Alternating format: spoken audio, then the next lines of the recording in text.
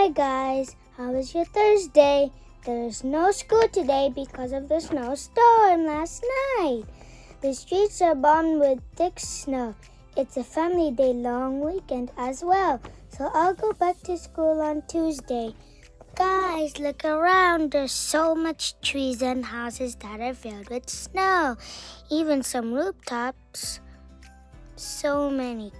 There's not many of those cars around here cause it's a snowstorm. So much signs to be careful with. That might be getting us into trouble. Anyways, bye guys. Thanks for watching. See you next time.